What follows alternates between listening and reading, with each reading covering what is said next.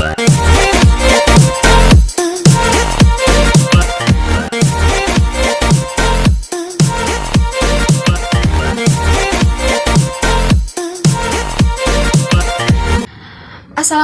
warahmatullahi wabarakatuh. Kembali lagi dengan saya Keke Astuti dari semester 5B Program Studi Pendidikan Bahasa Sastra Indonesia dan Daerah Fakultas Keguruan dan Ilmu Pendidikan dari Universitas Bale Bandung.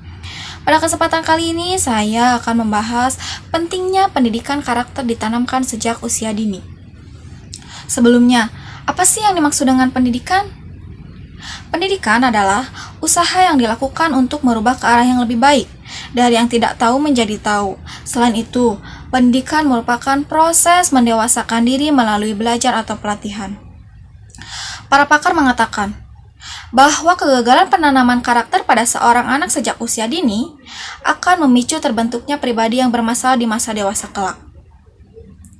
Usia dini merupakan masa kritis bagi pembentukan karakter seorang. Rentan usia 0-6 tahun adalah masa emas setiap anak, di mana anak mampu menyerap informasi dengan baik sebanyak 80%. Penanaman moral melalui pendidikan karakter sedini mungkin kepada anak adalah kunci utama membangun bangsa, dan anak akan tumbuh menjadi pribadi yang berkarakter ini terwujud apabila anak tumbuh di lingkungan yang berkarakter pula, di mana fitrah anak dapat dikembangkan secara optimal. Tentunya ini memerlukan peran serta semua pihak terlibat, baik pihak sekolah, guru, lingkungan, terutama orang tua. Karena orang tua adalah pendidik pertama bagi si anak. Meskipun begitu nyatanya implementasi pendidikan karakter tidak semata-mata hanya dilaksanakan di sekolah. Pendidikan karakter juga dapat dilaksanakan dalam kehidupan sehari-hari. Bagaimana caranya?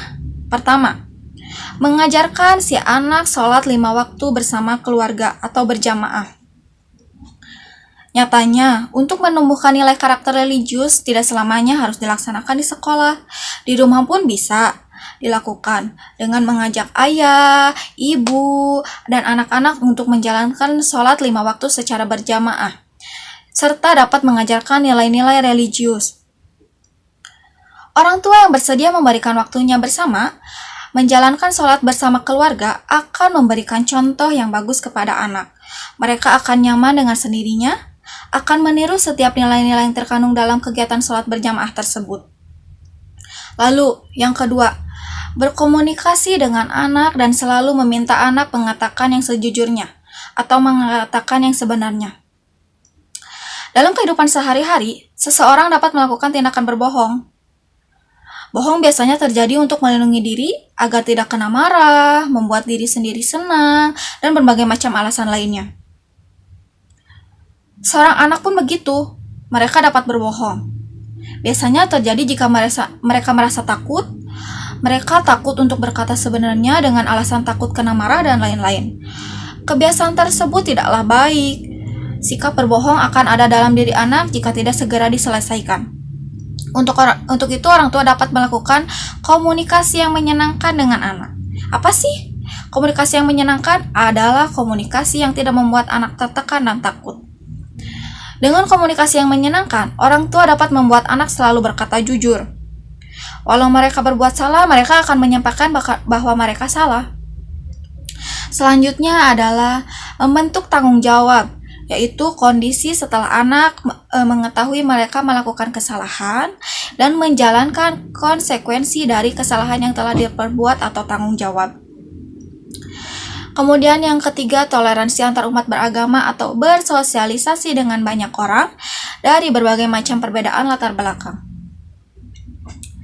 Indonesia adalah negara yang beragam dengan aneka suku, agama, dan budaya. Perbedaan tersebut tidak boleh menjadi kelemahan yang akan mencerai-berai negara kita. Sebaliknya, dengan perbedaan akan menjadi satu negara utuh yang kuat yang saling melengkapi. Dalam kehidupan sehari-hari, kesempatan bersosialisasi dengan aneka ragam individu dengan latar berbeda-beda dapat menumbuhkan nilai toleransi. Oleh sebab itu, sosialisasi tidak baik untuk dibatasi, khususnya pembatasan atau berdasarkan ras. Yang keempat, mengajarkan anak untuk mengerjakan setiap tugasnya. Dalam kehidupan sehari-hari, anak memiliki tugas masing-masing. Entah tugas sekolah, tugas rumah, seperti membersihkan tempat tidur, mencuci sepatu sendiri, makan sendiri, dan lain-lain. Mengajarkan anak untuk mengerjakan setiap tugas secara mandiri dapat menumbuhkan karakter disiplin pada seorang anak tersebut. Oleh sebab itu, penting dalam kehidupan sehari-hari seorang anak mengerjakan setiap tugasnya secara mandiri sehingga kedisiplinan akan tumbuh dan terbentuk pada sejak dini. Mungkin hanya sekian paparan dari saya tentang pentingnya pendidikan karakter ditanamkan sejak usia dini. Semoga ada manfaatnya setelah melihat tayangan ini. Mohon maaf jika masih banyak kesalahan. Wassalamualaikum warahmatullahi wabarakatuh.